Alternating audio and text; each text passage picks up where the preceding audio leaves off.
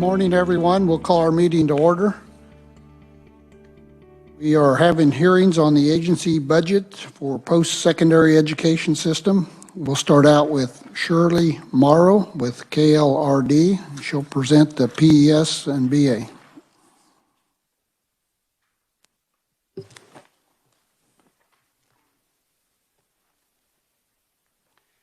Good morning, Mr. Chair and Committee. You should have in front of you the post-secondary education system-wide budget analysis. This contains the information from all of the universities and the Board of Regents. To try and save a little time so that you've got additional time to talk to the universities, I'm going to go over this very quickly, but please, if you have any questions whatsoever, or if there's something I don't touch on that you have a question about, please feel free either today or Thursday to ask me the questions. The first thing I'm going to talk about on the front page is the reappropriations from 21 to 22. There are always reappropriations for the Board of Regents, which are the scholarships. The Board of Regents will send out all of the scholarship money, but due to certain circumstances with students, some of the money will not get expended, and it will come back and reappropriate to the next year. So of the $3.2 million that's reappropriated, about $2.7 million is through the Board of Regents scholarships. The remainder of that, which is about $500,000, is KU Medical Center. KU Medical Center has $1 million in the psychiatry scholarships and the psychiatry residential program, rural health bridging, and they expend about half of the $970,000 for scholarships. They expend about half of that, so $500,000 is reappropriated. And then for the rural health bridging, which are the residents, there's $30,000 in that program. For the last 2 years, that entire amount has reappropriated, and they actually are lapsing that amount because they do not have the 3 residents to use that money in the psychiatry program.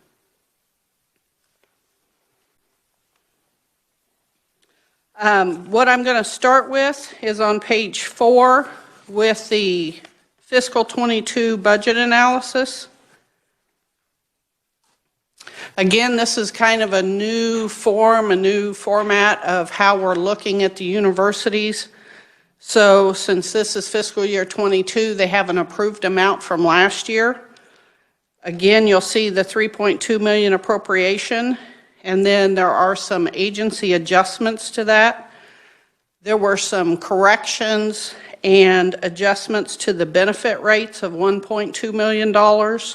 You'll see the KU Medical Center lapse of the residence programs there of about $30,000. There's FTE adjustments of $142, additional federal funds of $176 million.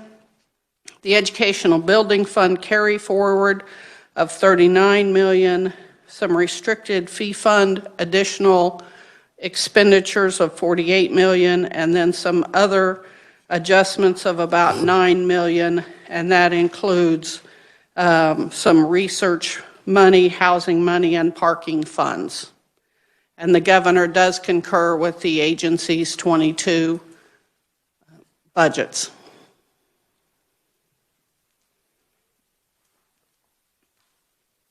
Please continue. Okay.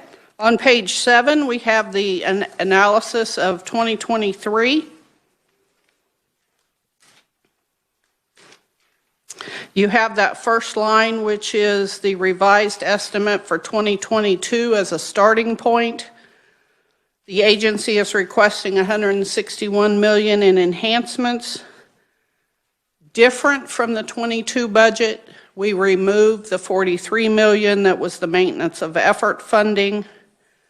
There's 58 adjustments in the FTE, additional $8 million in expenditures of the general fee fund, which is tuition, a reduction of $4.8 million in expenditures from the restricted fee fund, The largest adjustment there are the lack of the federal funds, $145 million, and then some other adjustments. There is an increase of a little over $1 million for benefits, but the majority is a decrease of about $20 million in other adjustments. And those are explained on the next page, on page 8. And then the governor's recommendation is only concerning the enhancements. It's a decrease of $18.6 million, and this is because the governor did not agree with all of the enhancements, so I'll go through those individually. And they're on the next page, on page 9. Are there any questions so far for Shirley? Seeing none, please proceed. Okay. So on page 9, you see the gray box with the 13 different enhancements. The first one is to restore state funding at the universities of $45.7 million. The governor did agree with that. There's student financial aid for $25 million. The governor agreed with that. There's an enhanced student support of $5 million. The governor did not agree with that amount or that funding. Number 4 is $25 million for the capital renewal initiative. The governor did agree with that. Number 5 is grants for economic development. The governor put that into the Board of Commerce, so that is not in this budget. But she did agree to the $10 million. Number 6 is information technology infrastructure, $20 million. The governor agreed with that. Number 7 is Washburn University. They had submitted for an enhancement 2 new programs that came up to $2.1 million. The governor did not agree to the 2 programs, but did increase their base pay by $1.5 million for a total of $14 million in their line item in the Board of Regents budget. Number 8, Excel in Career Technical Education, $2.5 million. The governor did agree with that. Funding for the 2-year college cost model. This is to help fund the gap for the tiered and non-tiered. The request is for $6 million, and the governor agreed with that. The governor's budget has $2 million in the tiered funding and $4 million in the non-tiered funding. I will point out that the current funding for tiered and non-tiered, the tiered line is technically fully funded. However, due to the distribution between the community and technical colleges, or I'm sorry, community and technical colleges, some are overfunded and some are underfunded. So the amount of full funding would fund all of the colleges if the money was redistributed, but if you left all of the colleges whole and didn't reduce any of the funding that they're overfunded, you would still need to add money. There are 7 colleges that still have a gap in funding. The rest of them, per the formula, have full funding or are overfunded. Number 10, the technical education capital outlay. The Board of Regents asked for $4 million, and the governor granted $1 million in her budget for that. One-time projects at colleges, $15 million. The governor approved that. The National Guard scholarships, $1 million. The governor agreed with that.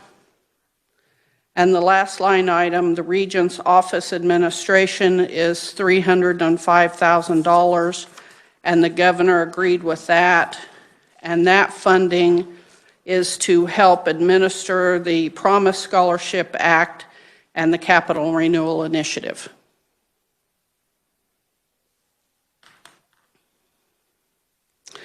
So of the $161 million that the agency requested, the governor added $143 million.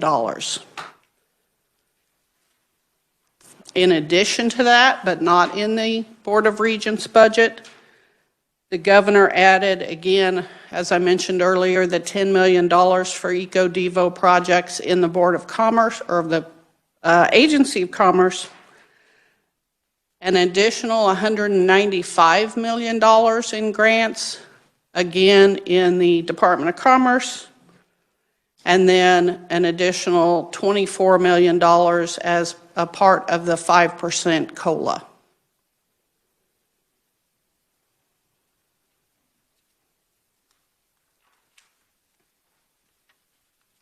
Are there any questions for Shirley? Senator Hawk. Thank you, Mr. Chairman. And this may be for the Board of Regents, but you mentioned over here, I think it was on number 9, tiered and non-tiered being funded, that there were still 7 colleges with a gap in funding. Correct. If we fix that, do we know what that amount might be? I could add it up for you. Or additional? I mean, you're saying technically it's funded, but because of the way the allocation is, keeping people whole, we would need to add more money to that to fix that? It looks like a little over $5 million. And again, that's very, very rough, just quickly. I was hoping you were going to say $5,000. So thank you. And I had one other question. Yes. And that was just for the tiered. The non-tiered has quite a gap left in it. Okay. Most of the colleges. Thank you. My other question, again, this may be for the Regents. Do we know how and when the $195 million grants are going to play out, and how that money might come back to the Regents institutions? The only one I can say for sure, because it's written in the bill, is $20 million for Wichita State for an aviation project. The rest of it, I have been given no information. Thank you. Thank you, Mr. Chairman. Any other questions for Shirley? Seeing none, thank you, Shirley. Okay, and then there's a lot of other information in here. Each of the scholarships are listed. There is a page for each of the universities with their individual 2023 budgets.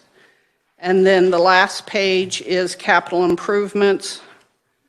The majority of that is rehabilitation and repair.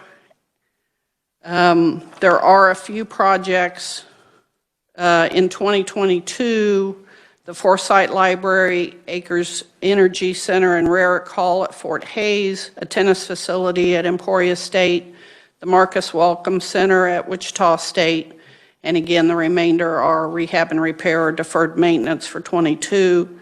In 23, there's the Convergent Science 2 facility and the Marcus Welcome Center at Wichita State, the Overman Student Center at Pittsburgh, and the Forsyth Library renovation at Fort Hays State, with the remainder being rehab and repair and deferred maintenance.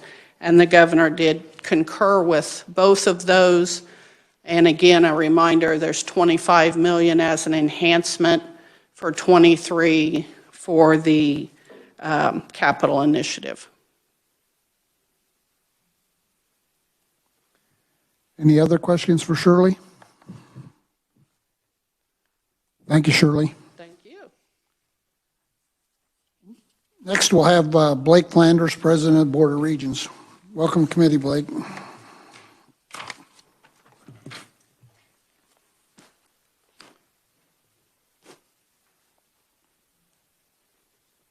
Thank you, Chair Billinger and members of the committee. I've put together some slides here, and I'll just walk through those if you'd like here to explain our budget and some of the board's priorities. I thought it might be helpful if you look at slide 2, just to get a little bit of a backdrop on why the board is making certain requests and what we see in terms of what the higher education system can do for Kansas. We have a strategic plan that has 3 pillars. Our strategic plan is called Building a Future. Those 3 pillars are how do we help Kansas families and how do we help Kansas businesses, and also how do we bring economic prosperity to grow our state and local economies. We have metrics for each of these pillars and areas that we're certainly looking at in terms of improvement. And we also are searching and continue to look for and identify promising practices that we can implement across the system where it makes sense. We really need to focus.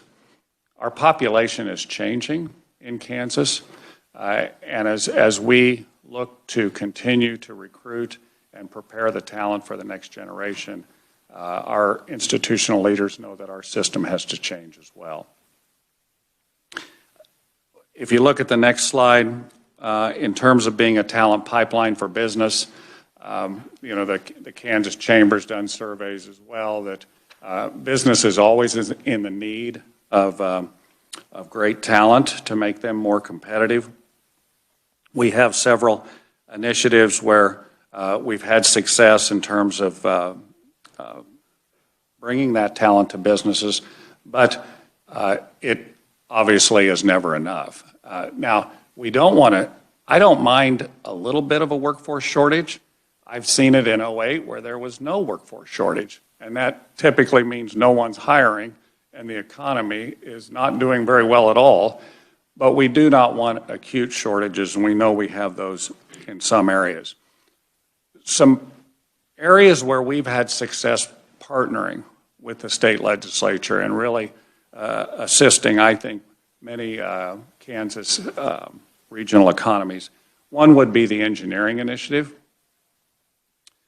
We had the goal, I believe it was 2012, we had the goal of, we were graduating 875 engineers across the 3 universities, Kansas State, University of Kansas, and Wichita State University. That was a mistake. I told Wichita I wouldn't keep putting them last, but when you start with a W, you end up. So we were graduating 875, and here's why I think this was a great initiative, because the legislature said, we're going to give you $100 million essentially over 10 years, but you're also going to put in $100 million out of non-state sources to match that money. So the universities matched the dollars. Now we're at 1,500 graduates. The goal was 1,365. So what is our opportunity there? Our new opportunity, and you re-upped that initiative last year, our new opportunity is to retain more in Kansas. So that's what we're working on with the Department of Commerce right now. How do we connect more of those engineers while they're going to school? How do we connect them with a Kansas business in some kind of internship? Because what we know is if you wait until January of their senior year to begin the hiring process, they're already gone. And for many of our smaller businesses that may not be name brand, we need to plug them in earlier into that equation. We also had a nursing initiative that we launched in 2006 in partnership with the legislature. You asked for 250 more slots in our nursing programs, and those were RN programs, and it's unique. That credential is actually the same for the baccalaureate level as it is for the associate degree level. You become an RN.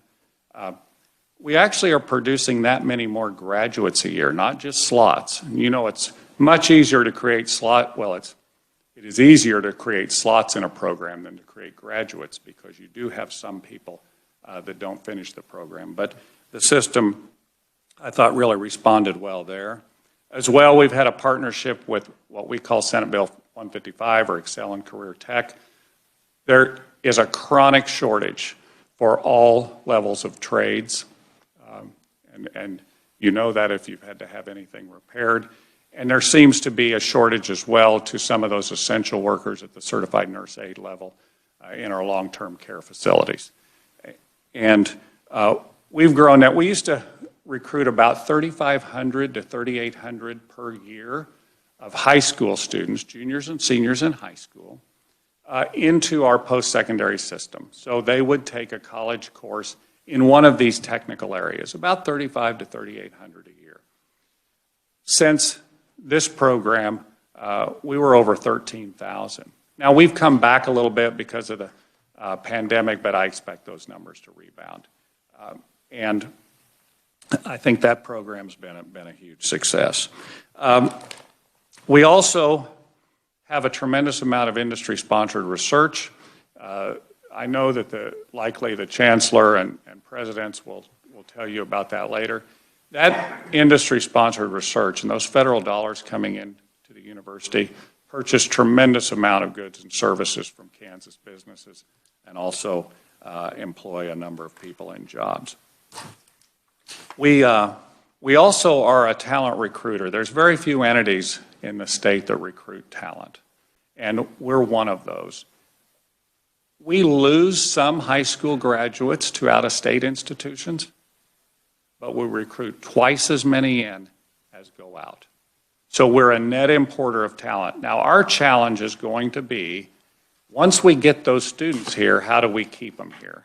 And so that's really an area of focus we have going forward. It's going to require a partnership, though. It has to be a partnership with us and the Department of Commerce and Kansas businesses. So we all have to work together. We can't do that on our own. Our universities and colleges are hubs of innovation. They spark new economic activity for our state. That's one of the goals of our strategic plan in terms of economic prosperity is how can we partner with the private sector? How do we get more dollars flowing into our state than are flowing out? And how do we help Kansas businesses create jobs? There's also been discussion as of late that the value of a college degree may not be worth it. I know you've probably heard some of that. And so I put on page 5 just a chart.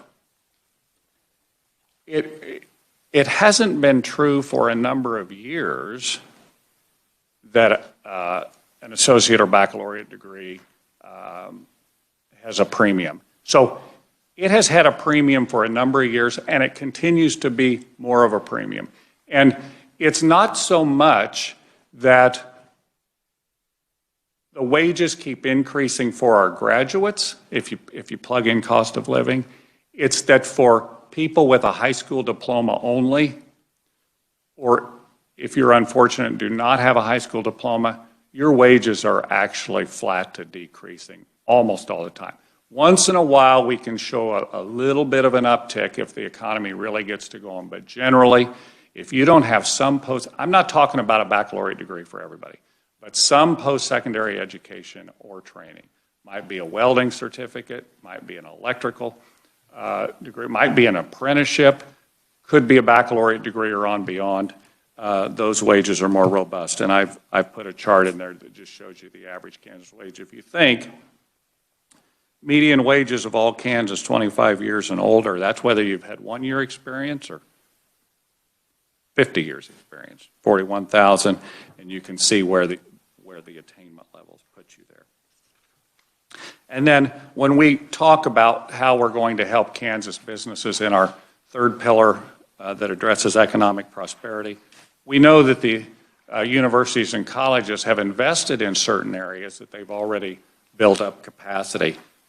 You could probably name them without this chart, but you know that Wichita is going to have some influence in the aviation area. The University of Kansas, obviously, with health and medical research.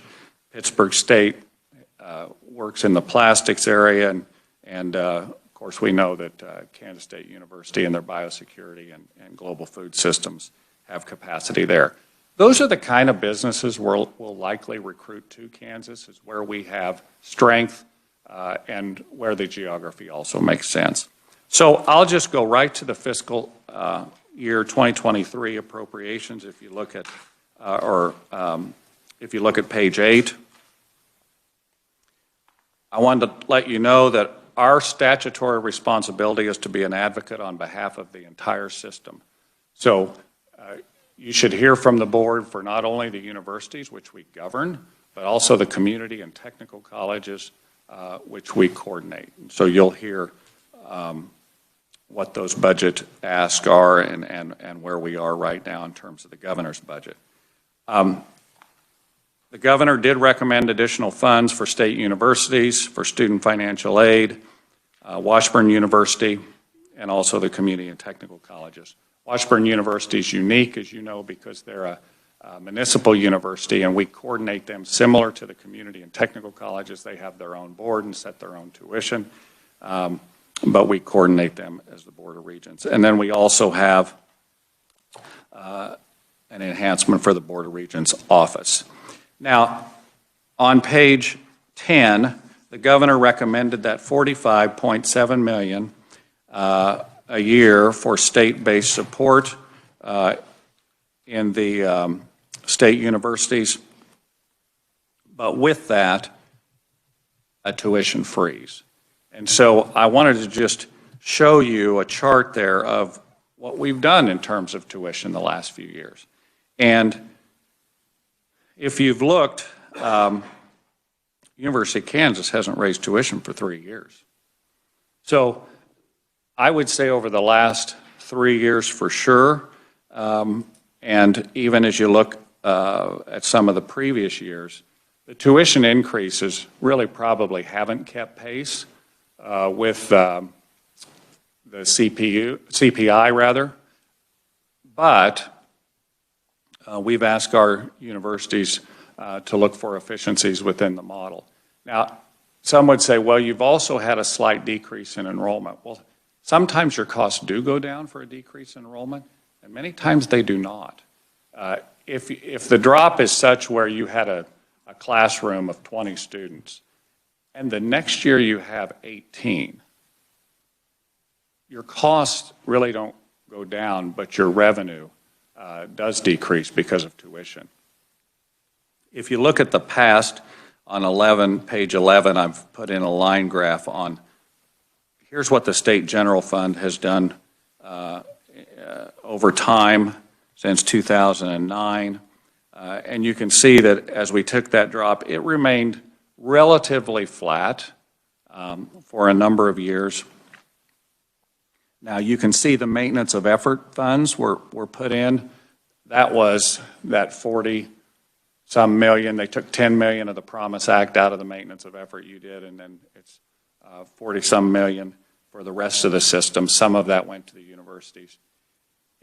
As you look at that, what is going on now with the maintenance of effort is there's a waiver for this year, which was half. And those waivers, the criteria of that was granted to states that had financial hardship. That waiver has not been decided on, and if you want more information of that, I think the budget director, Adam Proffitt, could help you there. But that would be in this current fiscal year. And then you can see the governor's budget gives us an enhancement. But if you think about where we would end up at 715 million, back in 2009, we were at 657. So there hasn't been a lot of, even if all of this budget were funded, there hasn't been a tremendous amount of growth in state support over time. The way we calculated the request, the 45.7, is we did look at the current cut that the state universities had. Now, the coordinated institutions did not have that cut. It was restored fully.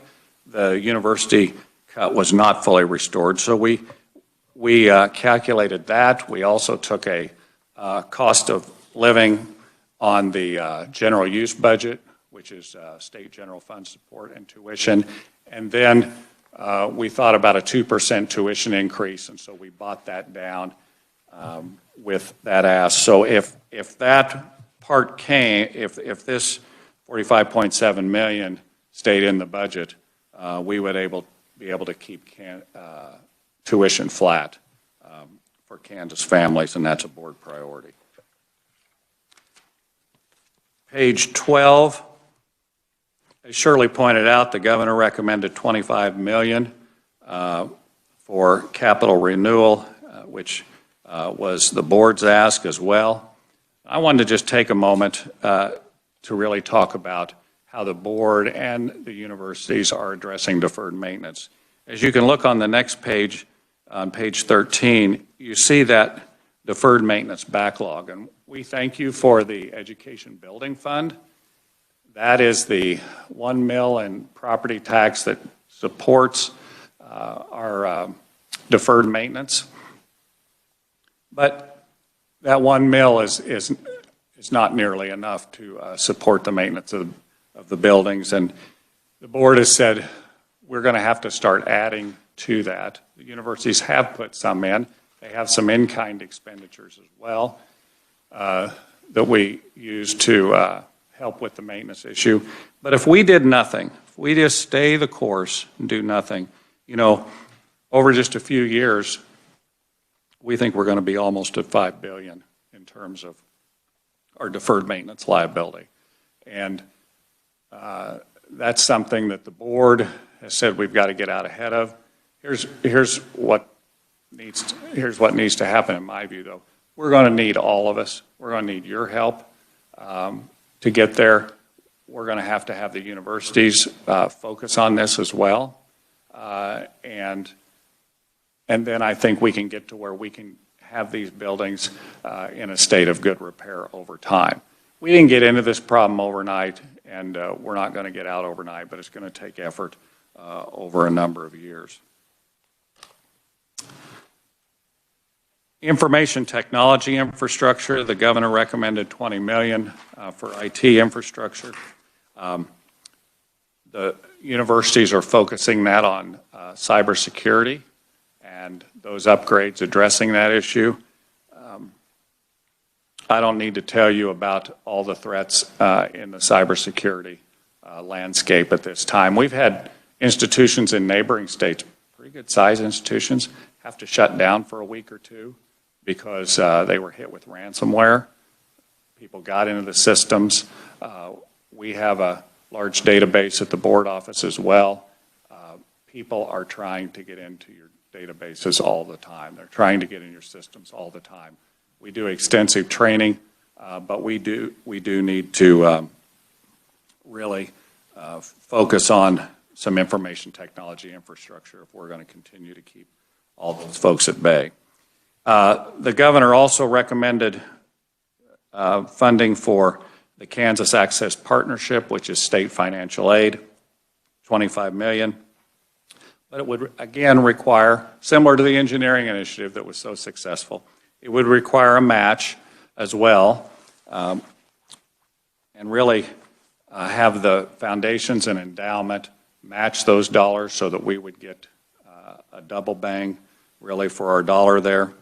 I've put a chart on page 16. You can see a graph of where we rank with other states. That's out of our state higher ed report in terms of state need-based aid. And we're one of the lower states. And here's how that happened. A number of years ago, Kansas, and it's been quite a few years ago, Kansas actually funded the state universities relatively high, so tuition was disproportionately low when you compared us to other states. As the funding stopped, then tuition began to come up, and what other states had done at that time is always put need-based aid into the state at the state level so that could be addressed. We didn't do that over time, and so we just fell behind there. But that kind of gives you an idea of where we rank in terms of nationally. I don't think we're going to have long-term success as you look at the way our population is changing if we don't address need-based aid and help more families access post-secondary education. The Promise Act is actually a good start on that as well for the two-year colleges because it's a last dollar in program where family or students can access those dollars. this need-based aid would help our universities as well. We have $1 million in for National Guard tuition assistance. The Guard tells me that helps them recruit. We pay for those. They determine the eligibility, and then that's tuition assistance. For our coordinated institutions, Governor recommended $1.5 million for a total state grant of $14 million for Washburn universities. And the community and technical colleges, we expect more enrollment in the Excel and Career Technical Education, or Senate Bill 155, and that's an additional $2.5 million. And then we have, you've heard from Shirley about the gap funding on the tiered and non-tiered courses for community and technical colleges. The capital outlay state aid has stayed flat for a number of years, and so there's $1 million enhancement for that program. That's 16 of our institutions that are two-year colleges. And then the two-year colleges came together, recommended to the board, and the board agreed for some one-time projects for expanding technical programs to the tune of about $15 million. Page 19, we've asked for restoration of the Board of Regents office, the cut, and we've asked for a couple of positions, one to help with our deferred maintenance initiative, and the other to assist with the Promise Act.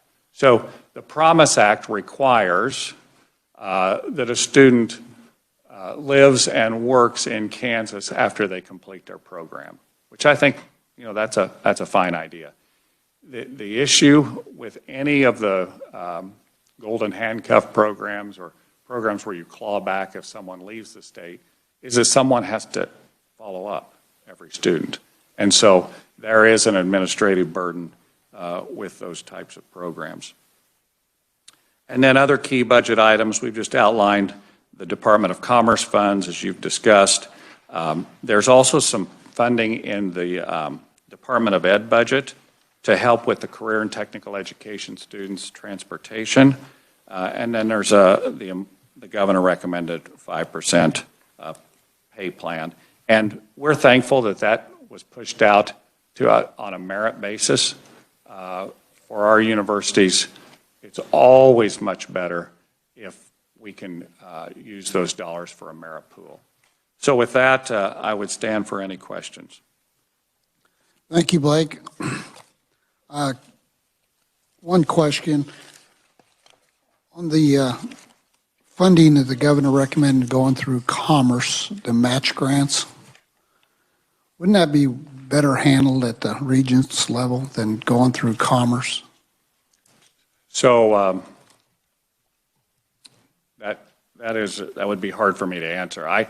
The Department of Commerce is our full partner, so I don't mind that the funding is in the Department of Commerce, but it is for the Regent institutions, and so that would be at your discretion where to put those dollars. We've worked very closely with the Secretary on many economic development projects, though, and so we would probably include Commerce in those discussions no matter where the funding was located.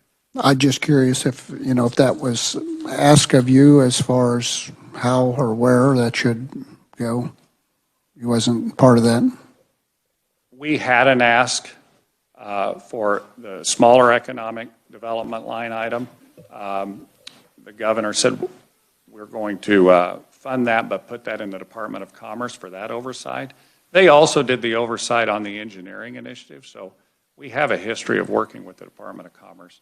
The $195 million came out of the governor's budget. We did not make that request, and the governor put that in the Department of Commerce. Okay, and then the other question on these tuition rates. I don't like seeing percentages. I like to see dollar amounts because I think they're very misleading. I mean, yeah, we can get you the hard dollar amount because for Fort Hayes, 3% is not very expensive. Right, compared to 3% at KU. Yeah. I just, if you could get them for sometime, I think that'd be you bet. We'll get you the good to see. dollars. Senator Alley. Thank you, Mr. Chair. Back on your capital renewal initiatives. We're talking about raising obsolete buildings. What are we talking about there? How many are obsolete in our colleges? How many are we talking about? Well, a number of them would appear to be obsolete. Some of them are historic, though. So we're going to keep those. We've said, can we knock down 15%? That are what I classify as old but not antique. And have a deferred maintenance liability on that facility that it just costs more to fix up than it does to do something else. And then as our footprint in terms of enrollment shrank just a little bit, we also did a space utilization study at the board. We need to improve our space utilization, and so we think a part of that is raising some of those structures. I know the universities could talk about their own campus and what buildings they see as possibly fitting that category. And the governor put in $25 million. Is that going to help that part of that? That would be, that'd really be just for, I guess it could, but it would be primarily for the maintenance of existing facilities. We would like to see, perhaps through the Sparks process, or we'd like to see some one-time dollars be put in to raise some facilities, because I think, to your point, it makes sense to shrink that footprint. Thank you. It actually helps our deferred maintenance liability, too. That's correct. Senator Fagan. Thank you, Mr. Chairman. I was kind of looking at the deferred maintenance part, trying to understand the past, how we could have got to that point, and the universities haven't been addressing that. Is that correct? Yeah. So my question to you is, when we look at all the universities, has some of them took care of their issue? Is there some that hasn't? Trying to get a feel of who's been good and who's been good, who's been bad. So if I were to say who's on kind of the naughty list on that, would be the universities that are old. So if you have old historic buildings, if you started and you look at, and I'm talking about Kansas State University and the University of Kansas, that liability, those are much harder to maintain. And so if you came to the game a little later, or if you have a much smaller footprint, then it's easier. I think we've thought about how did we get here. I think at one time, this has been 20, 25 years ago, people believed always that the state would come forward, and some states did. I think South Dakota said, we're going to put in 2% of the total cost of the buildings into a maintenance fund. It came right from the state. Universities didn't do that. So everybody was waiting on someone to help. There was a thought that the Educational Building Fund was, that was what I think the legislature thought, well, that's our response, that's our response to it. It just wasn't near adequate enough. So I suppose there's plenty of blame to go around in terms of where we are right now. What we want to do is say, okay, we need to stop the escalation of deferred maintenance. And we've got to get ahead of that. And how do we do that? And so that's why we did a plan to determine, number one, how much deferred maintenance do we actually have? And two, what's our space utilization? And then how do we marry those two plans together? And to Senator Alley's point, then raise some buildings that are no longer needed. That'll cut down the liability. Do a building prioritization. Some buildings we need to prioritize need to be nicer actually than other buildings. Sometimes an older building, it's okay if it's got a mid-tier rating. I kind of liken it to, we're not going to bring them up to this standard of perfection. I would liken that a little bit to a classic car. So if you had a 64.5 Mustang that was perfect, and at a car auction, that would be what one of these buildings would be if it were in perfect condition. We don't have to get to perfect. We just need to get to a state of good repair on many of our buildings. Senator Fagg. Thank you, Mr. Chairman. Blake, thank you for your presentation, too. I was wondering, you mentioned about students from out of state. It's been a positive number of people coming in. Do you measure that as freshmen or as graduates? You know, I wonder how many kids come here all excited to do it, and then all of a sudden, by their sophomore year, decide to go home. So I'm just wondering what kind of numbers was in that kind of thing. We can pull that number for you. We have a robust database. We'll tell you how many we retain. Our retention rates have improved, and so from first year to second year, it happens. But I would say I'd want to look at the numbers on that question specifically, but many times the students where we have attrition, if you're an out-of-state student, and if you happen to be paying non-resident rates, you probably came from a family with a lot of support. So your chances of completing actually are pretty high because you have this support structure. If you're a first-generation student, meaning your parents didn't graduate from college, you don't know the system, and perhaps you're from a very modest income home, then if you have any bumps in the road, we're finding, you have a greater chance of dropping out. So I'll get you those numbers from our database, exactly how many out-of-state students we lose from the freshman to sophomore year. Thank you. Senator Hawk. Thank you, Mr. Chairman. Thank you, Blake. Do you know if Treasury guidelines on ARPA money or the CARES, whatever the current CARES money is, would allow us to put some money into deferred maintenance? And if so, I know we just had orientation on some of the Spark subcommittees, and they're taking ideas or proposals that will be prioritized. Do we know if Regents have inputted anything on that to see if we could get a head start on some of our deferred maintenance? We're actually submitting a proposal for a tear down to the Sparks Committee.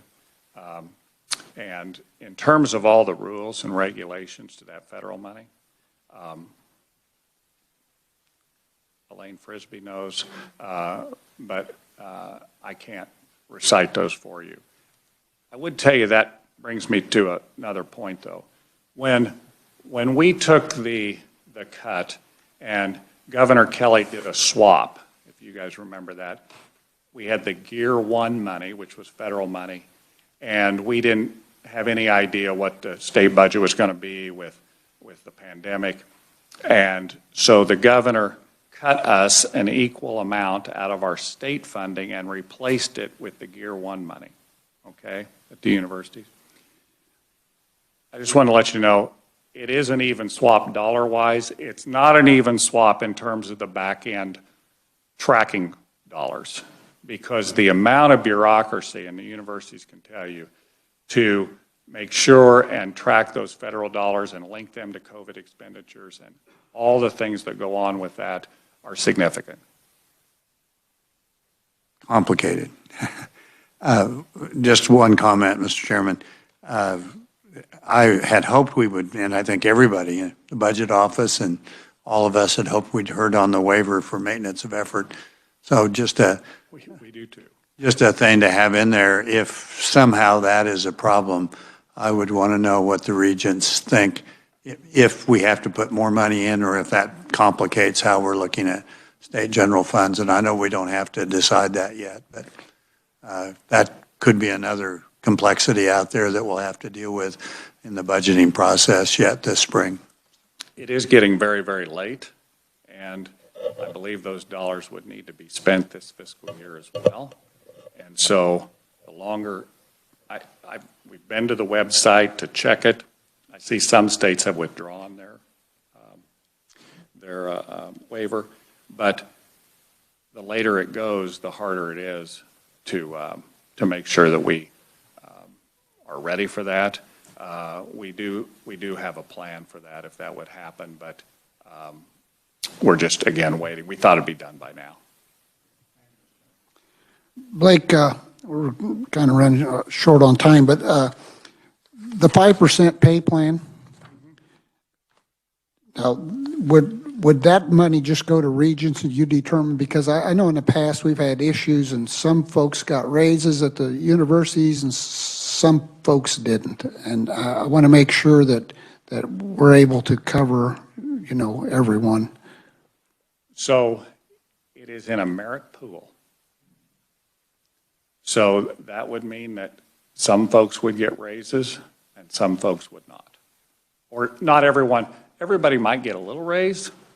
That would depend on the supervisor at the university, but everybody wouldn't get the same raise. So that is different than saying we're going to give everybody, no matter what their performance is, a 5% raise. This is, as it is currently in the governor's budget, it's not designed that way. And I would tell you, Senator, we would rather have it in a merit-based pool than in everybody gets the same raise.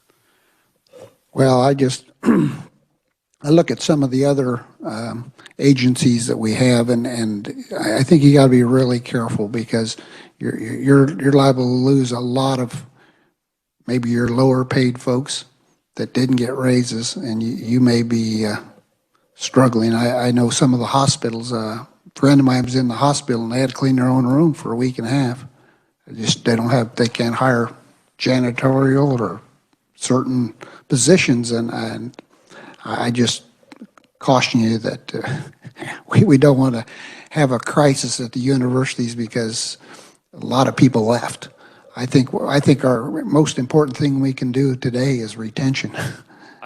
I would agree, and I think that as you talk to the presidents and chancellor, they would agree as well. Those universities and colleges are like small cities. They have to operate. So there's a whole host of people in the trades. There's a number of secretarial staff. Like you say, some don't have robust wages, but really the merit system, they're going to look at how's the performance been, and so that's where we'd rather stay. Well, thank you, Blake. Appreciate you being here today. Next, we'll have Dr. Rick Mumma with Wichita State University. Welcome, committee, Rick. Thank you, Mr. Chairman, committee members, for the opportunity to be here today, talk about Wichita State. You should have this handout, I believe, in front of you. I just want to walk through those different slides. The first slide on page 2 really talks about who we are as an institution and our strategic plan and what we're focusing on. I think it's important for you to understand that we're an urban public research university, and what that means is two main things. We're providing affordable access for students and to help our community solve problems through research, through creative, innovative activities, and other service initiatives. And you'll see on that slide we have basically 3 priorities. One is affordable, accessible education. The other one is to help businesses with a talent pipeline. And the third one is to increase economic prosperity for our community through research and other activities. If you look on slide 3, there really is a point of difference and I think opportunity that I want to point out to you about our student population. So 1 out of 4 of all of our undergraduate students is an underrepresented minority. 1 out of 5 students who are Pell eligible enrolled in the 6 state schools are enrolled at Wichita State. We're on track of becoming a Hispanic serving institution by the end of this decade, probably sooner, especially if we put policies in place to move that forward. And then the key thing here in our region, in South Central Kansas, in Sedgwick County, there's about 83,000 individuals between the ages of 25 and 35. They have the highest educational attainment is that of a high school diploma. And we know with this new economy that they're going to have something more beyond that, either at WSU Tech or a 4-year degree or even graduate education at Wichita State. If you go to the next slide, slide 4, because we've been prioritizing these students, this mix of students at our institution and with need-based aid and other support, we are growing. We've had the highest enrollments in 30 years. You can see at that slide, we had a little dip with COVID, but we're back to pre-pandemic numbers in terms of students at Wichita State. And if you look at the next slide, slide 5, it's because we also have been making sure that we're holding tuition low and making sure that it's a good value for students. And if you look at all of our peers in the research institutions in our region, you can see that we are the lowest, and we still believe that we're able to provide a good quality education, even though we're keeping that price point low to make sure that we address the different student needs in our community. Blake, or Dr. Flanders mentioned earlier about need-based aid. This is really important for our institution. It's one of the reasons why we're growing. We're bringing in these new populations of students. If you can see on page 6, that where we are as a state in terms of the amount of investment in need-based aid. Even though Nebraska is less, they actually are per capita providing more aid for their students. And all the other states, it's 1, 2, 3, 4, 5 times what we're investing in our students in this state. And these are the individuals who are low-income students who just need that extra amount of money to fill the gap to come to school. So that's the first priority in terms of making sure that we provide an affordable and accessible education. In terms of the second priority is helping our businesses fill a talent pipeline. If you look on slide 7, we know from just looking at our student body and our mix of population in this state that we need more people. We need more people getting educated and staying in Wichita. So several years ago, we started what we call a Shocker City program, where we provide in-state tuition in the metropolitan areas of Kansas City, Oklahoma City, Tulsa, Dallas-Fort Worth, and the Houston metro areas. It's where most of our growth is coming. The idea is to get these people to Kansas, get them connected to an applied learning experience, and hopefully they'll stay. And right now, about 70% of our undergraduate students stay in Wichita or in Kansas, mostly in the region, after they graduate. If you look at slide 8 and 9, this is the reason why this is important. We rank very high in STEM jobs in the metro area of Wichita, but also in Kansas. And if you look on slide 9, we're number 3 in terms of number of engineers per 1,000 employees, just behind Houston and San Jose, California. It's important for us to continue to meet these needs because it keeps our businesses in the Wichita region, in the greater Wichita area, but also helps us attract more employers to the area and to the state. If you look at slide 10, we've had a lot of success in this area with this model, recruiting new individuals to the university and making sure they're connected to applied learning experiences with employers. And now over 5,000 of our students are earning $26 million working alongside our businesses, not only on our campus, but also in our city. So the third priority is increasing economic prosperity. And all of these things I've talked about are really related and interrelated to the third priority of economic prosperity. So you probably remember us talking along the way about the Innovation Campus at Wichita State University. Back in 2012, we started talking about how can we create this model of supporting the business pipeline, getting more students in the system. And so we talked about bringing businesses together, and if you look on the next slide, you'll see what the map looks like of the campus. The left side is the old part of the campus, and the right side is the Innovation Campus. We've actually almost completed that campus, that side of the campus. There's only 3 plots of land left that we're actually needing now to work to bring other partners to campus. But if you look on the next slide, you'll see there's 40 now businesses and partners working on that side of campus. Some of them have their entire headquarters there, others have offices there. But the point is, they're working with our students, they're staying, our students are staying in the area and because of this particular relationship, and they're earning wages that they can keep and help them support them in their education. You look at slide 14, but we know we need to do some more, and we're working on 3 main different things. And I'll talk about each one of those. The first one is around aviation. We're also working around digital transformation and the health sciences. So slide 15 is the Niar Works program. So you may be familiar with our modification program of aircraft, of commercial aircraft that we started working on this past year. This is a silver lining from COVID. You know, there's not too many of those. But one of them is that, many people are not traveling, particularly international, but we're all sitting around ordering things online and want those things delivered to our homes. So the cargo capacity needs to increase. Through our research in the National Institute for Aviation Research, we've figured out how to modify 777, Boeing 777 aircraft. There's about 500 of them parked out in the western part of this country. And there's no place for them to go. But we have all this cargo need. And so we figured that out, and now we have taken delivery of, I think, 4 that we're working on to start making those modifications. The most incredible thing about this project is bringing that kind of work back to Wichita. That used to be there. We used to have all kinds of modification work in Wichita. But this provides another opportunity. We believe by the time this is up and running, and we're going to start in Wichita, and we have plans to provide places to do this in Salina and also in Topeka.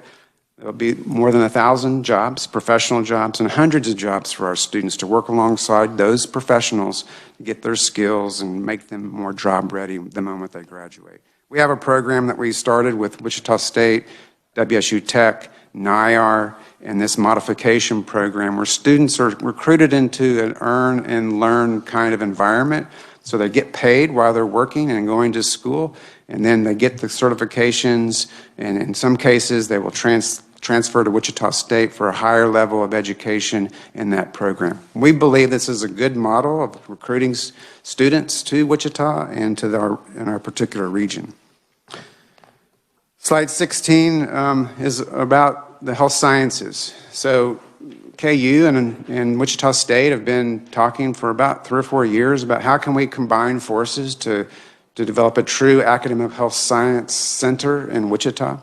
I'm biased. I was trained in the largest health science center in the world, the Texas Medical Center. I can't tell you how enriching that was for me as a student, but I also knew about the innovation and the research that spun out in that. And I continued to work in that environment for about 10 years prior to coming to Wichita. So KU and Wichita State are working on a plan to bring this to reality, hopefully, in the core of our city.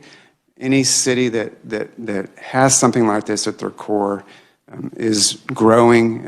There's lots of examples of sizes of cities like Wichita or larger that have where they bring all of their interprofessional training together in the healthcare area and work on research and also biomedical kinds of interactions. One of the things that really proved to me that this is something that we can do, and that was the development of the molecular diagnostic laboratory that we stood up in a matter of months at the beginning of the pandemic. Many of you have benefited from the testing that we've done in our facility.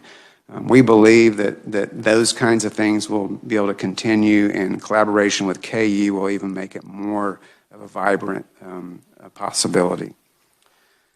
Slide 17, if you look at that, that's a picture of the east side of the campus, which we call the Innovation Campus. We've been focusing pretty heavily on digital transformation. I like to talk about this in the 3-legged stool. The first leg is degree programs and certificates for our students to bring them into this new digital age. And over the last couple of years, through industry feedback and input, have developed about 14 new degree programs, everything from digital science, data analytics, cybersecurity, homeland security, digital arts, all kinds of different certificates to match those particular fields, and started developing really intense programming around that. It's where a lot of our enrollment growth has come in those particular areas. The second leg of the stool is the innovation and research side. So Deloitte Smart Factories getting ready to open their facility. You'll see that labeled there on that picture. NetApp is getting ready to open their facility, their headquarters, also on that side of the campus. Other examples in Niar and our digital research that we've been doing and the digital twin research in aviation, all of these things are coming together to create a true data digital ecosystem on that side of campus for our community to help our businesses move forward. And we just broke ground on the National Institute for Research and Digital Transformation. This is the third leg of the stool. what's learned in the classroom, what's learned in the research with our faculty and our students and industry partners will be tested and evaluated in that facility. Hopefully some of them will spin off into new businesses and create more jobs for our community. So that's very exciting, and that particular part of the campus has really become really vibrant. Okay, if you look on slide 18, this is the most important slide I can leave with you. So, as I said earlier, we started talking about this new model of education at Wichita State back in 2012. We developed a strategic plan in 2013 to help guide us through that process, and then we started talking about the Innovation Campus. And you can see every year beyond that, the new businesses, partners that have joined our campus and helped us move our university forward. And the three metrics that we look at really closely is, since the primary reason for this was to get more students in the door connected to business and industry, how many of those students are actually working in those fields and how much are they making? And I said earlier, we have about 5,000 students that we can document now that are earning about $26 million a year. This is really key for our student population as well, because a lot of them are low income, high need students, so these are wages that they can keep in their pockets to help support their education going forward. One of the remarkable things about the university, for years, we only brought in about $50 million of external research funding. This past fiscal year, we surpassed $180 million, and we're getting ready to surpass $200 million by the next year. So this not only is bringing new opportunities for new knowledge and ideas, but also working with industry to help solve some of their problems. And then the last one is the graph that shows you our growth from along the I-35 corridor. Now we have a significant number of students coming to Wichita, getting connected to business and industry, and staying here after they graduate. So slide 19, of course we are supportive of the Regents' request and want to do everything we can to support that, but there's four things I really want to point out that really will make a difference at the university. Dr. Flanders talked about need-based aid. We started prioritizing some of our state general fund into need-based aid several years ago, and it's one of the reasons why we're growing. We believe if there's another investment in the state, like some of the surrounding states, that will help us continue to grow. These are individuals who are currently not in the system who would have the opportunity to come to college if they had this particular funding. So it's students who are mostly Pell eligible. They may also qualify for some of our merit aid that we have, our institutional aid that we have, but they still have a gap. And so that's the dollars that we're talking about here for need-based aid. I talked earlier about our modification program. That's the MRO that you see listed there. That will help us grow jobs, keep jobs in our area, be very transformational as we go forward. So any kind of support for that particular program will be helpful.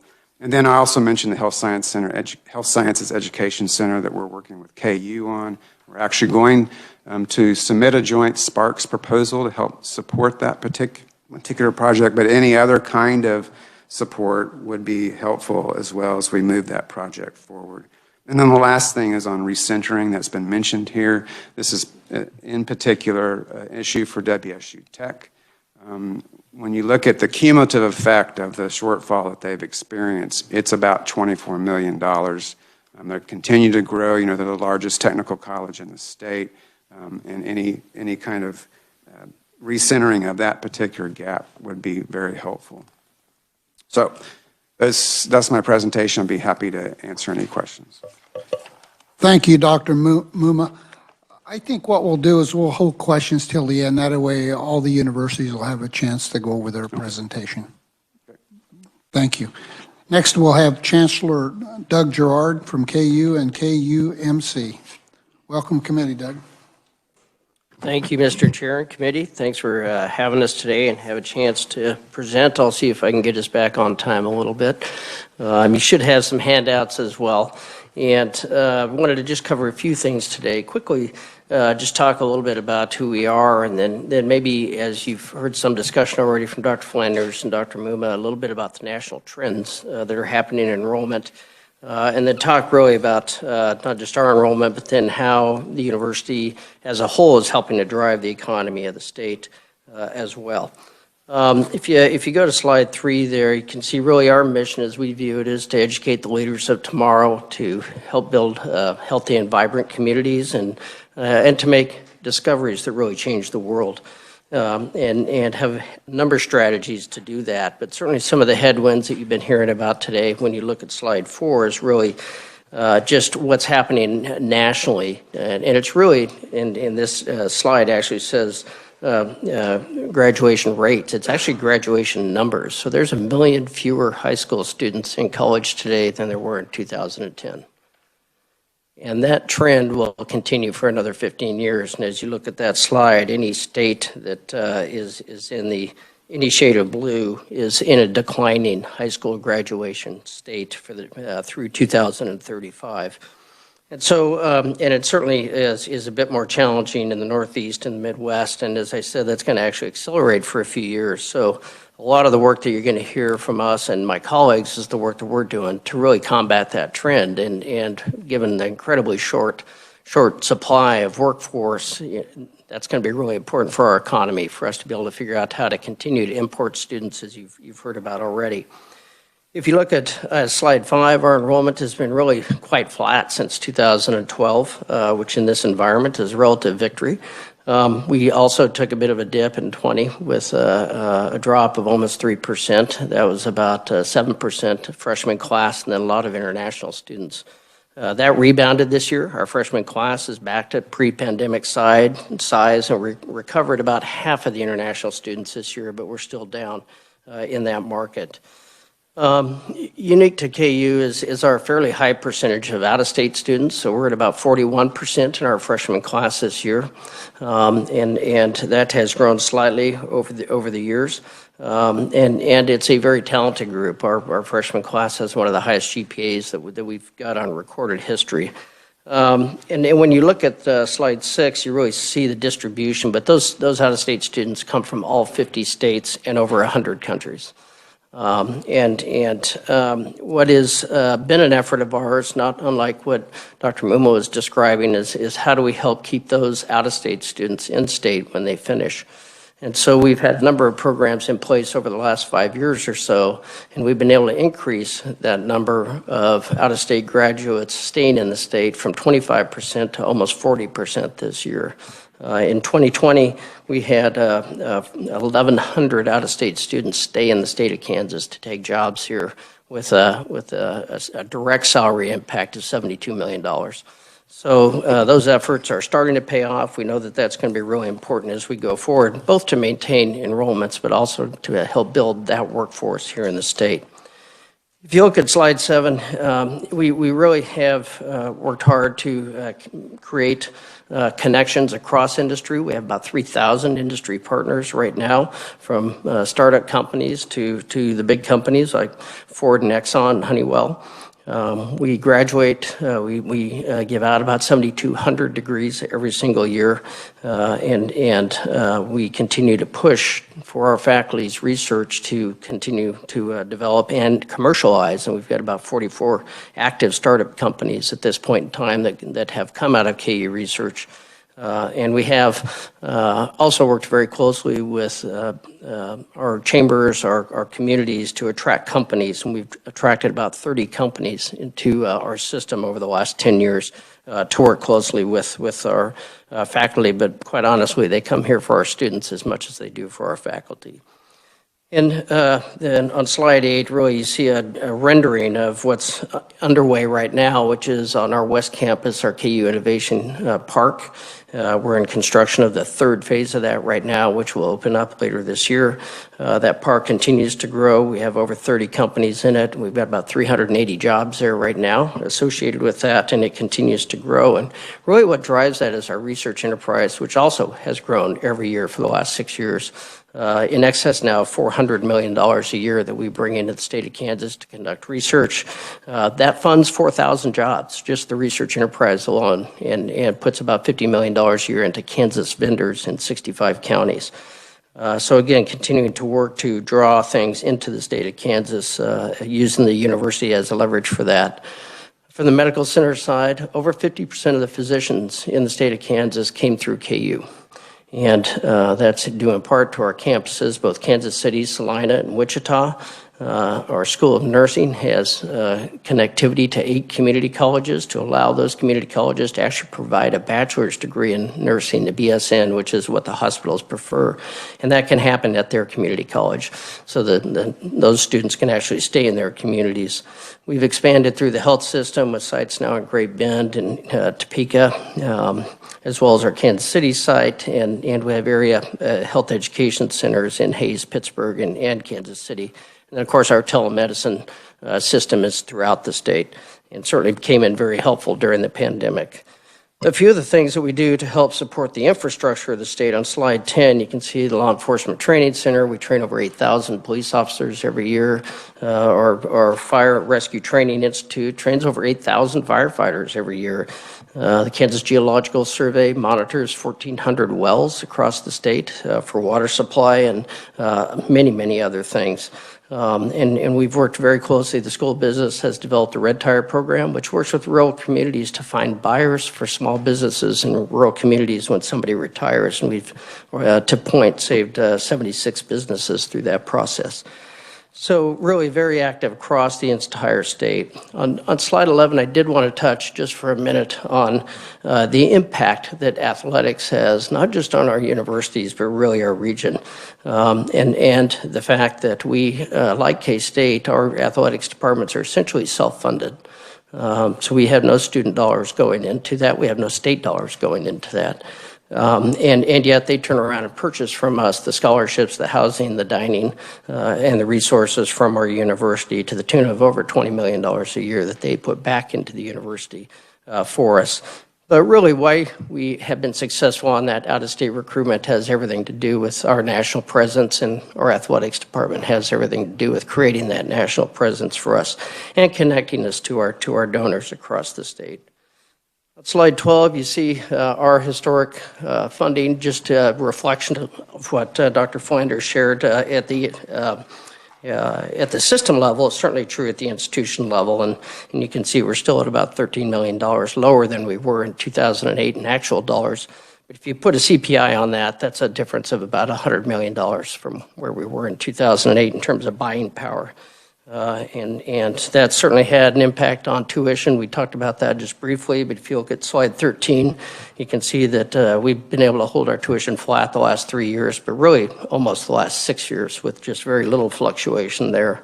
And we're certainly supportive of the governor's proposal that would allow us to do that for and yet another year. If you look at slide 14, you can see the breakdown of our budget, which really the state appropriation now makes up 17% of that budget. Tuition now makes up 22% of that budget. And that total budget is about $1.4 billion across the entire system. The challenges that have been created with sort of the flat state funding, inflation, and trying to hold our tuition flat for affordability purposes really has created this situation where we needed to be incredibly good stewards of the resources. And if you look at slide 15, you can see a number of the things that we've done to do that. But one of those is we've actually we've internally cut our budget 12 of the last 15 years. And that's been just necessary out of some of the challenges financially, including current year. We cut $25 million in Lawrence alone out of our operating budget. And that has translated over the last 10 years. Our number of faculty is down about 11%, and that's a direct reflection of that. Despite our tuition, or excuse me, our enrollments being essentially flat. We certainly have a number of efforts going right now to try and diversify and create additional revenue streams as well to take some of that pressure off and to create more efficiencies within and across our campuses.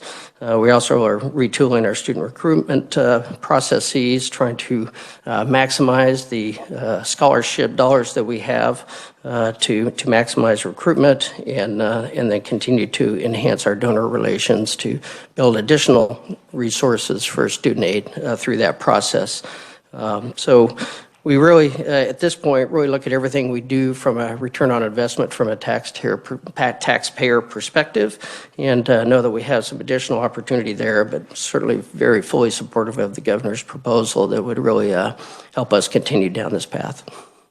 With that, Mr. Chairman, I'd stand for some questions, or we're going to hold questions to the end. I can do I that. think we'll wait till Fort Hays. Thank Thank you, you. You bet. Chancellor. Next, we'll have Dr. Tisa Mason, Fort Hays State University. Welcome, committee, Tisa. Thank you so much. Good morning to you as well. At Fort Hays State University, we believe tomorrow is made by thinkers and doers who turn ideas into action. We turn challenges into opportunities, and we are at our best when the going gets rough.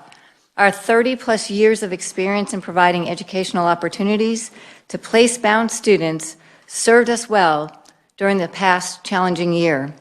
As just one of 6 universities in the world to earn the United States Distance Learning Association's certification, our faculty were well prepared to teach and interact with our students beyond the traditional classroom. This allowed us to keep the lights on and the doors open. We managed our finances responsibly without furloughing or terminating employees, and we experienced a record for students graduating. We work responsibly to respond to the economic concerns of the state, and most especially the rural communities of our region. Thanks to a grant from the U.S. Department of Justice, we opened a regional de-escalation center to help law enforcement officers resolve potentially dangerous confrontations. In understanding the rural communities our students are likely to serve, our nurse practitioners do 25% of clinical hours in rural communities and train in over 40 rural care simulations. We are focused on the economic future of our region. For instance, the Kansas Hispanic population has grown 25% since 2012. Recognizing this growth, we created the Hispanic College Institute, a free 3-day residential program that prepares high school students to enter college and succeed, in any college. We served 324 Hispanic students in 2009. In 2020, that number climbed over 1,100 students. Our Transfer and Military Center encourages degree completion through programs like our Kansas Community College Guarantee. Complete an Associate's of Arts or Science at a Kansas Community College, and you have fulfilled our general education requirements. Our partnership with the Kansas Army National Guard provides a pathway to a tuition-free degree. The Bureau of Labor Statistics expects computer and IT jobs to grow 13% between 2020 and 2030. We have built a Kansas computing talent pipeline with 7 certificate programs, 8 graduate programs, and undergraduate majors with 8 different concentrations. We are currently serving over 400 traditional students, as well as many mid-career professionals looking to grow their computing skills. And near and dear to my heart, and key to our success at Fort Hays State University has been our longstanding affordability. Fort Hays has the most affordable tuition among peers, and our online program is equally cost-effective. We recently used metrics provided by the Foundation for Research on Equal Opportunity to review the return on investment. We found a positive return on every single Fort Hays program. We are very grateful for every dollar that has been designated for Fort Hays State University, and we thank you for your support. We've seen a number of successes at Fort Hays in the past year. Our Transfer Connect program offers special services between community college academic advisors and our talented Fort Hays success coaches for transfer students while the student is in the community college. We measure our success with what happens after our students graduate. A survey of graduates from 2020 through 2021 reported 95% of respondents, and I want to pause and say we had an 83% response rate, indicated that they were either employed or continuing their education with graduate work. We're seeing positive numbers in high demand positions. 72% of our nursing graduates stay in Kansas, and 90% of our APRNs work in rural or underserved areas. Our social work program has grown from 100 in 2015 to more than 300 today. And thanks to our new MSW online program, social workers wanting to advance their career can stay in place in the rural communities while they pursue their advanced degree. Computing jobs are in high demand. 97% of our computing majors report employment after graduation with an average starting salary of between $65,000 and $70,000. We're always seeking ways to fill the talent pipeline in Kansas. Two key tools in this endeavor are our Small Business Development Center network, the SBDC, and our Docking Institute. Federally funded and overseen by Fort Hays, the SBDC is a network of 12 centers across the state which work with small businesses to achieve success in today's marketplace.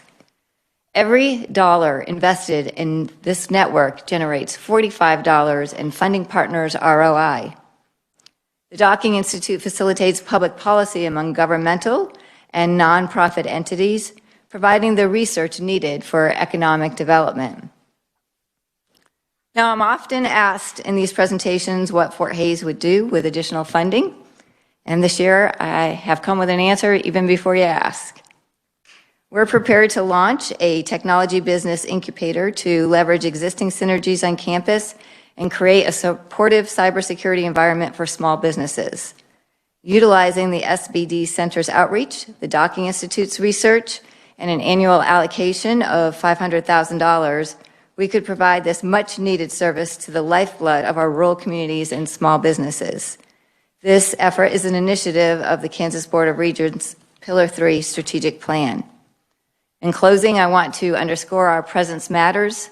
We're the second largest employer in Ellis County, providing an economic benefit to a 5-county area. We provide high-quality, nationally recognized programs at a reasonable cost. Our 30 years of experience in offering award-winning online education helps us reach place-bound students in Kansas and around the world. I hope you'll take time to read my written testimony, which provides much more detail. Thank you very much for your time. Thank you, Dr. Mason. I guess we'll do some questions if you folks have time. Okay.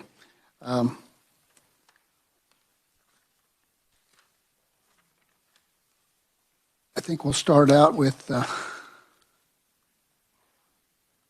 Dr. Mumma with Wichita State. Thank you for being here today. One of the questions that I have is on this Niar project. You said once you get going in Wichita, then you're going to expand to Salina and Topeka. So when somebody comes in, gets their training and gets their degree, where will they go? Well, I mean, would they end up like in Salina? Are we going to do these in 3 locations, or would they stay there at Wichita State? Or be 3 different locations, and so students from that area of Salina would have the opportunity to work in those jobs, as well as students in Topeka. Most of them will be in Wichita, but there'll be 3 different independent sites doing the same kind of work. So I guess where I'm a little confused is I attend and get my degree there in Wichita State. I can stay on there and work, or? Yeah, I mean, that's the idea. I mean, this is a long-term project, so this is to help sustain it for years to come. I mean, as I said, there's 500 aircraft that potentially could be modified.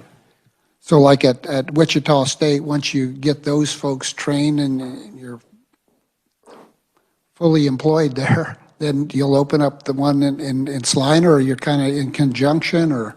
I believe the one in Salina will be close after getting Wichita up and running. Topeka will come a little bit later.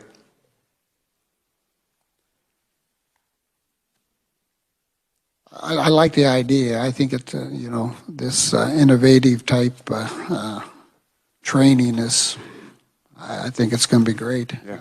So long-term, I mean, will you eventually do all 500 of these planes that are just parked, or is there a need for them, and or you maybe evolve into something else? Probably not all 500 of them, but I think the latest conversation I heard, at least 100 to 200 initially. It takes about 8 months, 9 months to do one. So that kind of gives you an idea of how long it would be around. Other questions? Senator Fagg. Thank you, Mr. Chairman. I was wondering, could you give me a little bit of a Hispanic serving institution, what that is, and by 2030, what kind of costs are involved? Yeah, so a couple of things about what Hispanic serving institutions are. They're just the strict definition is that 25% of your student body, the students identify as Hispanic students. And we're on the cusp of becoming an emerging Hispanic serving institution, and when that happens, about 15% of your students identify as Hispanic. What this does is opens up opportunities for federal funding to support those students in higher education. Senator Alley. Thank you, Mr. Chair. I noticed on your growth in population and enrollment, you went on the I-35 corridor and you're up to, in 21, you're up to about 1,150 students or so. The question I had, is there an advantage to be in an I-35 corridor, or why did you choose that? Yeah, it was very strategic. So many of the businesses that are located in Wichita are also have offices in those particular cities. And so it's not a big stretch for families to think about Wichita. You know, Textron's in Dallas, you know, Koch Industries is in Houston. Many of these individuals are familiar with Wichita because either they may have lived there before or their families traveled there for business. So that was the reason. You know, a lot of the aircraft manufacturing is up and down the I-35 corridor as well. So that's the main reason. And if I understood it right, those students pay in-state tuition? Correct. Okay. And most of those students, are they at WSU or are they at WSU Tech?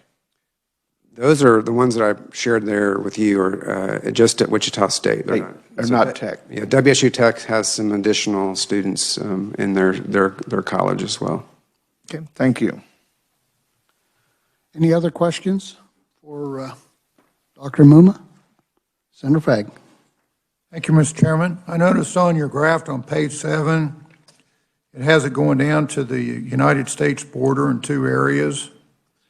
My question is, what kind of footprint are we going to have in Mexico with WSU? I think I've seen some of that on TV. What's the long-term plan with that? Here's another connection to the aerospace industry. So for years, the companies in Wichita have been doing business in Chihuahua, primarily in Mexico. There is an individual there. He's the president owner of American Industries. He would like to develop a satellite campus of Wichita State around engineering and business for his community. Arkansas State has already done this in another region of Mexico, in Querétaro. And so this is to sort of replicate that model. We're not putting any of our resources into that. They are doing that for us.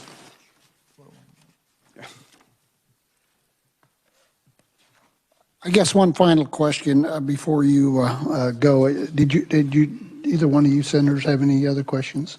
Okay.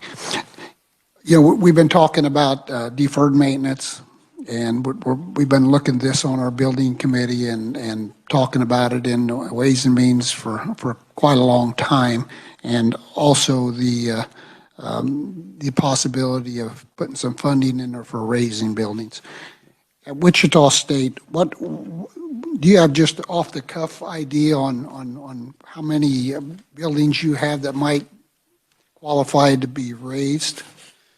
Yeah, just for the benefit of everybody on the committee, we are currently building a new business building, and when that building, or that college, and the College of Business moves to the new building, they will vacate their current facility. We're going to gut that facility and move about 17 offices into that facility and be able to raise 5 buildings. And we have another building that we're also considering tearing down if we can find some room for some offices in that building. So 5 to 6. Okay. Any cost estimate? How much it would cost to do that? I can tell you what it's going to cost to take down Cessna Stadium, and that's about $2 million. Those are different facilities, probably less complex. They're built back in the 50s, 60s. You know, they're just concrete type, not very attractive buildings. I don't know. $3 or $4 million probably, I'd hate to guess because it could. That's fine. And you might, if you have time, sometime put a figure together and share it with our committee. Okay. All right, thank you for being here. Next, we have questions for Chancellor Gerard.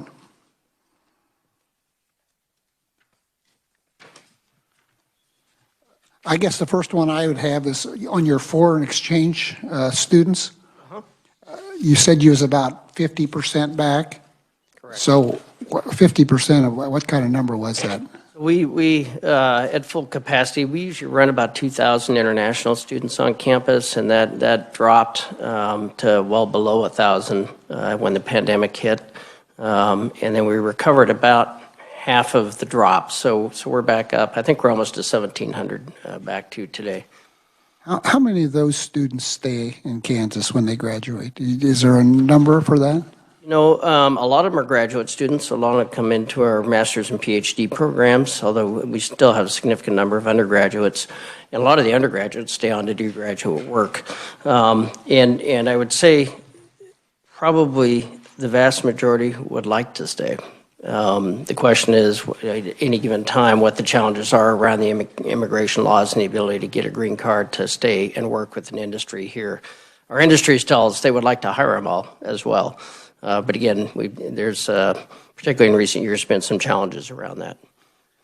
Well, and one other, just more or less a comment, but, you know, the work you do with Wichita State and Salina on the training the medical folks is a tremendous program. I hope to, maybe we could increase those a little, you know, as far as. Yeah, I mean, well, our operations Salina probably has a little bit of room for expansion. It's really limited by the size of the medical community that those students are working in. We have added now we're at 56 nursing students in Salina, in addition to the 32 physician or MD students that we have there, and are currently looking at health professions programs, physical therapy, radiation technology, those sorts of things, to add Salina as well. In Wichita, we're very excited about the collaboration with Wichita State, which would allow us to co-locate all of our assets from a health professions education perspective. We've got about 300 and some students down there now. I think you've got about 3,000 students in these programs, and to be able to put them all into one facility to work together and to share collaborative space, we think would be a real attraction to draw even additional students in. Great. Of course, a lot of those students stay locally. Our medical school in Wichita is the #1 medical school in America for placing physicians into a rural environment. We appreciate it. Senator Alley. Thank you, Mr. Chair. I noticed on the national trends on your chart, and I think it's on page 4 that you have here, Kansas is between 10 and 20% fewer grads. What does Nebraska, South Dakota, and North Dakota doing when they're increasing theirs from 10 to 30%? Are they doing something different, or do we need to import some cold weather? It's a fair question, particularly the Dakotas. I haven't figured that one out. I don't know the answer to that. We probably need to look into that and see what they're doing. Would agree. If you look at Iowa as well. Right. Thank you. Senator Fagg. Great observation. Thank you, Mr. Chairman. Thank you, Mr. Chancellor, for your presentation. This isn't anything in your program, but your list on that. I was looking at affordable education. We're wanting to freeze tuition. When you look at the other ones that was on a graph on the other one, we're really on the low side of everything now. So I'm looking at this saying, why do we need to freeze that part of it if we're very competitive right now? Well, and I'll speak for KU because we all actually kind of operate in different marketplaces, if you will. So if we look at the Big 12, for example, as a competitive marketplace for us, for students, if you go back about 4 years, we were the most expensive public university in the Big 12. Now, with having been able to hold the line here for a few years, we have dropped down to, I think, the second most expensive public in the Big 12. So there's probably a little room there. We just don't think there's a lot of room there to remain competitive with our peers. And the same conversations that you're hearing today about other states starting to offer in-state tuition, Arkansas has been very aggressive in that market. Arizona is now getting very aggressive in that market as well. So we know that pressure on affordability is only going to escalate in the coming years. Thank you.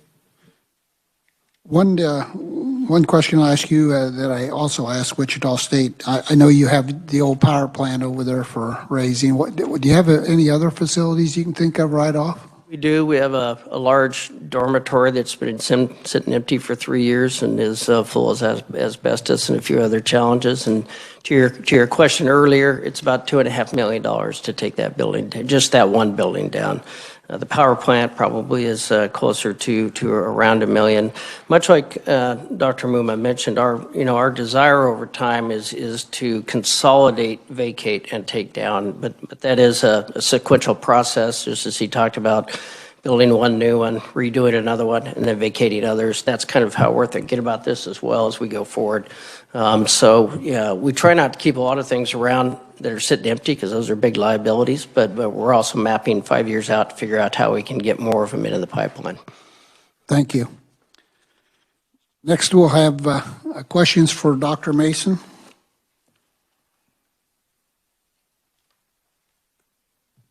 I'm happy to tell you we have 0 buildings to be taken down at Fort Hays State University. Questions for Dr. Mason, Senator Alley. Thank you, Mr. Chair. Noticed on the information that you handed out, Fort Hays State is one of the lower costs and, like you say, best value for online activities. How does the numbers compare there for your online students versus your on-campus students? You mean what is the tuition difference? Well, no, I mean, how many students do you have online versus the ones you have? Oh, okay, we have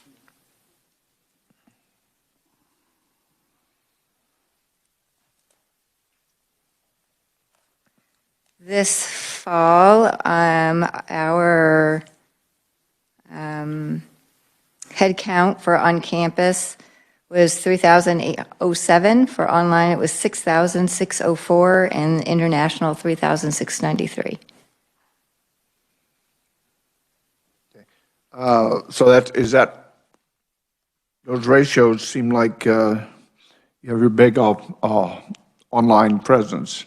Our online has been our leader in generating, and as you can see, we also have a large number of online Kansans, and that has continued to grow. We did lose a little bit, but we actually had an uptick on online Kansans this year as well. That was in the written testimony on page 9.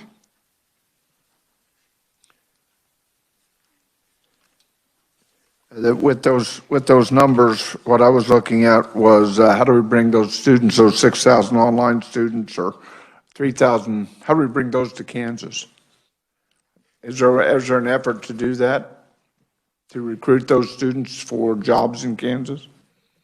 Well, of course, we want to be thriving in Kansas. Our on-campus, out-of-state students are more likely to stay in Kansas, quite frankly, than our online.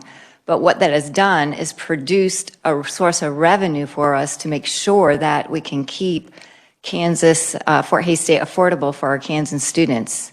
And the same with our international partnership program as well. So as we've grown, that's created the elasticity to keep our tuition low, and then that allows students to come for a high-value, great ROI education. Thank you. Senator Fagg. Thank you, Mr. Chairman.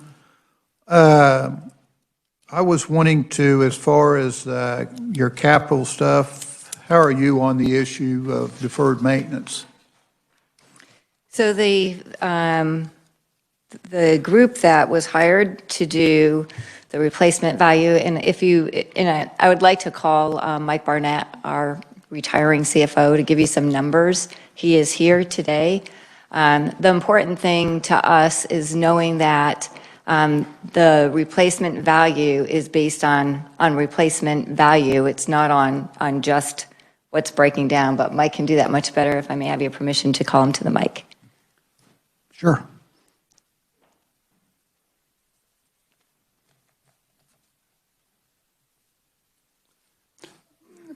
Please state your name. Mike Barnett, I'm the retiring Vice President of Administration and Finance at Fort Hays State University. You asked for a number of deferred maintenance. Based on the accruance study that was done here a couple of years ago, our deferred balance is about $140 million. Of that, as Tisa had mentioned earlier, it's based on replacement value of systems that are still operating. So, you know, it's a high number. Our facilities are in really good condition, and you know, we do spend our own money on maintaining our facilities. In the past 10 years, we've spent about $40 million of our own money on renovations and things of that nature. So we try to take care of the facilities. Thank you. Thank you. Any other questions? I have one, Dr. Mason. You had in here about a proposal for a cybersecurity initiative, and you would need about $500,000 a year going forward for that? That is correct. And do you currently have a program of this type, or is this something entirely new, or you're? It is brand new. It will work with our Small Business Development Center network as well as our Docking Institute, and it will work through our informatics department to create that incubator.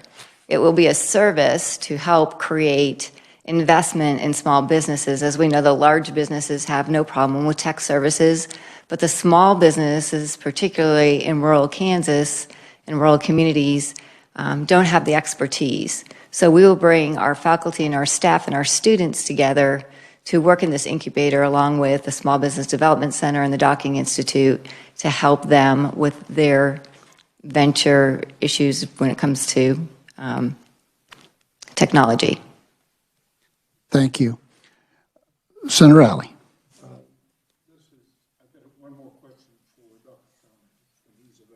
Okay. Anything else for Dr. Mason? Seeing none, thank you for being here today. And before we bring Blake back up, on the deferred maintenance at Wichita State, do you have a dollar number on yours? About 150 million. Okay, thank you. And Chancellor, do you have an approximate on the deferred? Sure. Probably closer, for us, it's closer to 500 million. 500 million, okay. And I'm a proud owner of 1896 buildings, so, which I cannot take down. Thank you. If President Blake Flanders would take a question, Senator Alley. Thank you. I noticed on your capital renewal initiative, you said the current status relying on primarily the EBF fund. Is that basically the 1.5 mils? There is talk around this building of eliminating that 1.5%, and the reason to do that is reduce property taxes for every Kansan. If that is the case, it looks like in 20 years we're going to be almost $5 billion behind. So how do we replace that? We would be, as a system, and our board would be totally opposed to eliminating that revenue source because of its stability. And there has been marginal growth over time with the EBF. If we look, I do not believe it would. It may be replaced in 1 or 2 years with state general fund, but I do not believe, based on past practice, that state general fund would fund at the same level as EBF. And what we know is EBF is inadequate anyway. So we will do everything we can to oppose that. Well, that, if I'm looking at your graph, it runs approximately $50 million a year for that. So, and we're behind now, so when would get farther behind if we did that, but, It would be devastating for our system. okay, thank you. Senator Fag. Thank you, Mr. Chairman. I was wondering, Mr. Flammers, on information technology, the government, or the governor's recommends 20 million in IT. Is that broken down so much for each university? Is there some that's done a better job of getting current? Is this 20 million going to get them all current?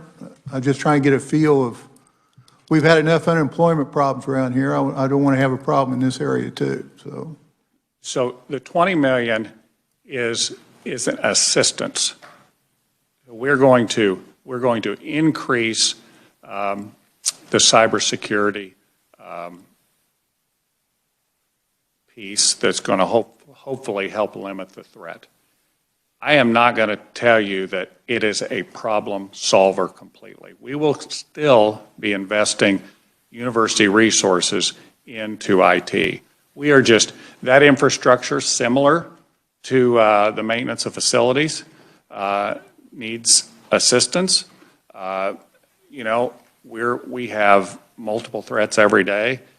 If we were to say what would make it perfect, well, I would hate to even estimate that. We're not trying to go for perfection, but we're trying to go for assistance. So I'm sure that perhaps sometimes a smaller network is easier to maintain, a limited number of users is easier to maintain. A network where people are traveling internationally, where you're connecting a lot globally, it's harder to maintain. Many times the threats do come from within inside the network. I just can't give you a specific answer on. I know that 20 million will not just totally fix cybersecurity. We will always be under threat, but it will be an assistance. So Blake, how do you decide who gets how much in that deal? Who makes that decision? The board. Okay. So we'll see those individual proposals. We have a percentage breakdown that we've kind of historically used for each of the universities in the University of Kansas Medical Center. Traditionally, we've kind of operated within that framework, and I can show you what that would look like. Blake, I guess the question would be then, if this is for such things as a cyber security, could this be something that could be used for Fort Hays State's new program, or do we need a? So our vision for this would be actually for the institution to beef up their own cybersecurity profile. So it wouldn't be funding. Yeah, so I would suggest if for the Fort Hays program, either if it needs ongoing support, try to get that out of state general fund, or if it were more one-time expenditures, perhaps a Sparks request, if it were allowable under federal. Okay, thank you. And our committee is looking at all options as far as dollars from the Spark money. So, committee, is there any other questions? Seeing none. Thank you all for being here today. We appreciate it. And with that, we are adjourned.